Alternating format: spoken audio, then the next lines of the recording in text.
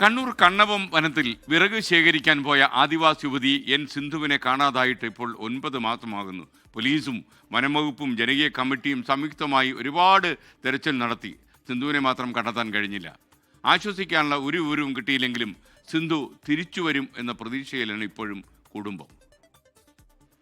കഴിഞ്ഞ വർഷം ഡിസംബർ 31-നാണ് സിന്ധു വിറക് ശേഖരിക്കുന്നതിനായി വനത്തിൽ പോയത്. പിന്നീട് തിരിച്ചു വന്നിട്ടില്ല.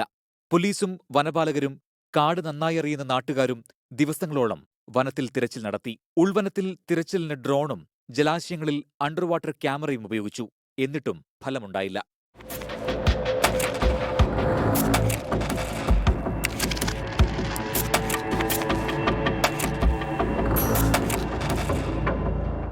ഒൻപത് മാസം കഴിഞ്ഞിട്ടും സിന്ധു എവിടെ പോയി, എന്ത് സംഭവിച്ചു എന്നതിൽ ഒരു സൂചന പോലും ഇല്ലാത്തതിന്റെ വേദനയിലാണ് കുടുംബവും നാടും. ഞാൻ കുറേ കാത്തിരുന്നു, ചാടിയോടെ നോക്കി അന്വേഷിച്ച് നോക്കിയിട്ടൊന്നും കണ്ടിട്ടില്ല.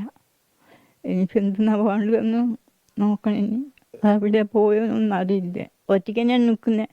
ഇങ്ങോട്ടൊന്നും വരില്ല, ചെന്നിട്ട് പിടിച്ചാലൊന്നും വരില്ല. പിന്നെ ഒരു സാധനം കൊടുത്താലും എടുക്കില്ല, തിന്നുമില്ല.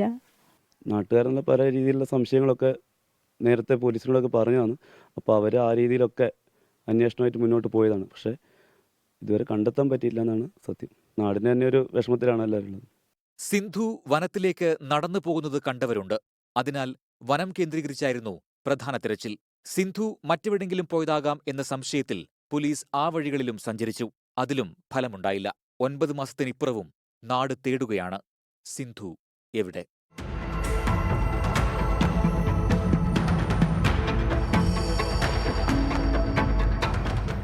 24 കണ്ണൂർ.